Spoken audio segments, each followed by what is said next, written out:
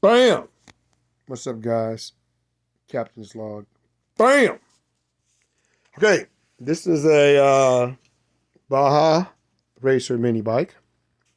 Some people call it the Doodle Bug. I think that's the original name. It's really a gas-powered mini bike, as you can see here. Oh, my goodness. Yeah, 97cc gas-powered mini bike. Again, I had this project on my radar for about a year and a half, 2 years, and finally got around to it. My idea is to convert this Doodlebug mini bike that you see here, gas-powered mini bike, to convert it to what? An electric mini bike, which is what I'm doing. The advantages of doing this is quite fun. Will be quite fun when I get done. This mini bike has one brake right here. But what's cool about it is a disc brake. Yeah. So it'll be quite effective. Okay, the motor that I'm using here is a brushless motor. I got it off of eBay a while ago. Didn't cost that much. Cost under $100. But look at the size of it. Look at the size of my hands. But look at the size of the motor. So I was able to get it mounted on there. I'm disappointed with myself with my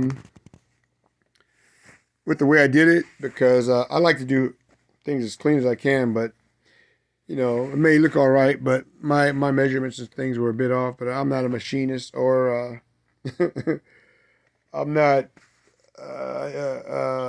when it comes down to customs, like measurements and stuff, I'm not that accurate. I got a lot of work to do and growth to do in that area, but my ideas, they come together pretty good.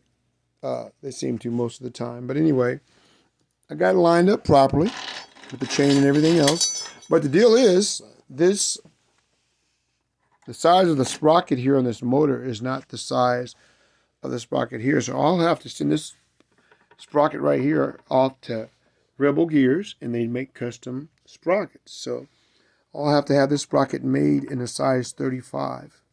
So it'll be a custom job. And then I'll have to have a sprocket made here in the rear, because the way it's set up now, that's a 72 rear sprocket. It's set up for the RPMs of a gas-powered engine, which is, I don't know, but it's going to be a lot.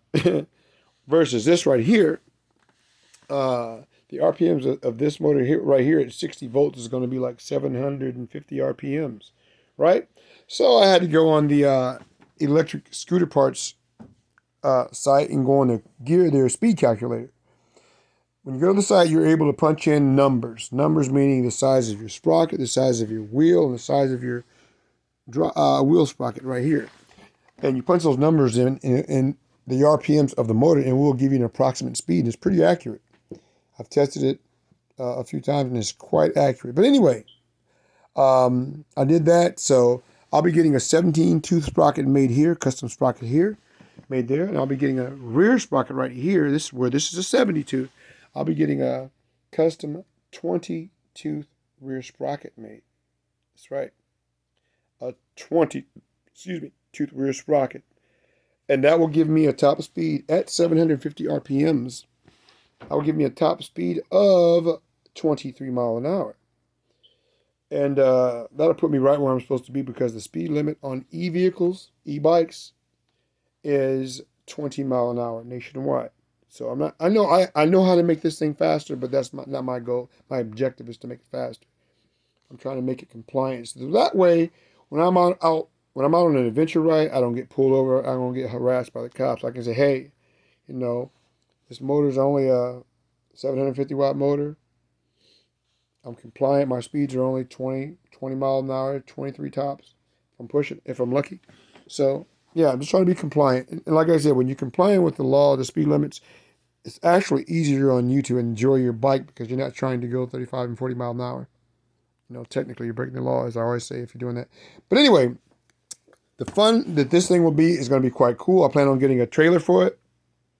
I plan on having the battery mounted right in here somehow, probably in a case of some sort, metal box of some sort. I'm looking at getting a 60-volt battery. So that at 60 volts, this motor will give me 750 RPM. So it's going to be a big brick right here, probably a 40 amp hour battery. That way distance will be no problem. I can ride it wherever I want to go at, yeah, bicycle speeds. Speeds up to 20 mile an hour. That's what I'm trying to accomplish, guys. So I'm going to try to have this done within a month. It probably won't take that long, but I do have to have a custom sprocket made here and here.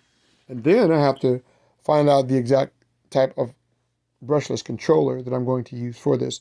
I'm going to start off with my 48 volt controller as a test to see how it does. Then I'm going to get my money right. I'm going to get a 60 volt or 72 volt brushless controller and run this bad boy off of.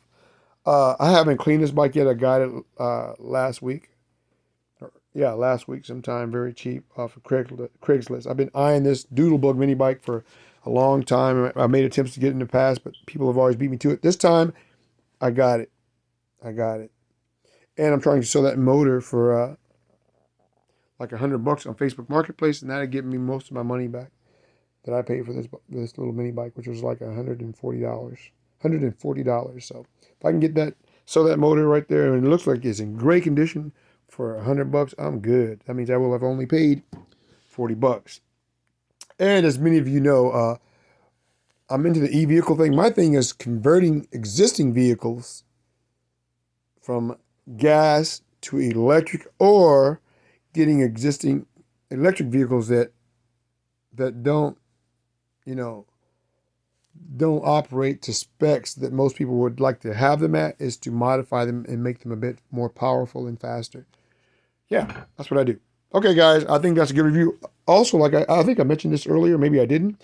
The advantages to this mini bike R2 is that it has tubeless tires, guys. Tubeless tires. So I'm going to get some armadillos and put in the tire, front and rear. That way, if I get a nail or something in the tire, it would seal itself up. You know what I'm saying? I'm going to try to make this more of a cargo mini bike. That's going to be the fun. I'm going to somehow make a nice bike rack in the rear. I'm going to make a nice rack here in the front somehow. And we'll see what happens. I'm thinking about getting a suspension fork for it, but it doesn't really matter because this is going to be an on-road bike. I will go off-road with it, of course. The trails, I use my stuff. I may ride this to work, which is a 30-mile round trip. If I get this thing doing what I know I can get it up to, as far as speed-wise, I'll commute to work on this bad boy. I'll have all my lights and stuff going or whatever else. So, yeah, guys, this is another cool project that anybody can work on. I'm sure there's guys out there that can do it a lot better than me as far as a good motor mount. Mine works, but I wish I could have had it more perfected than what I did. But anyway, it's gonna work fine. I just gotta get my sprockets made in my controller, and we'll see what happens. All right, I'm gonna cut this video off. It's long enough. Later.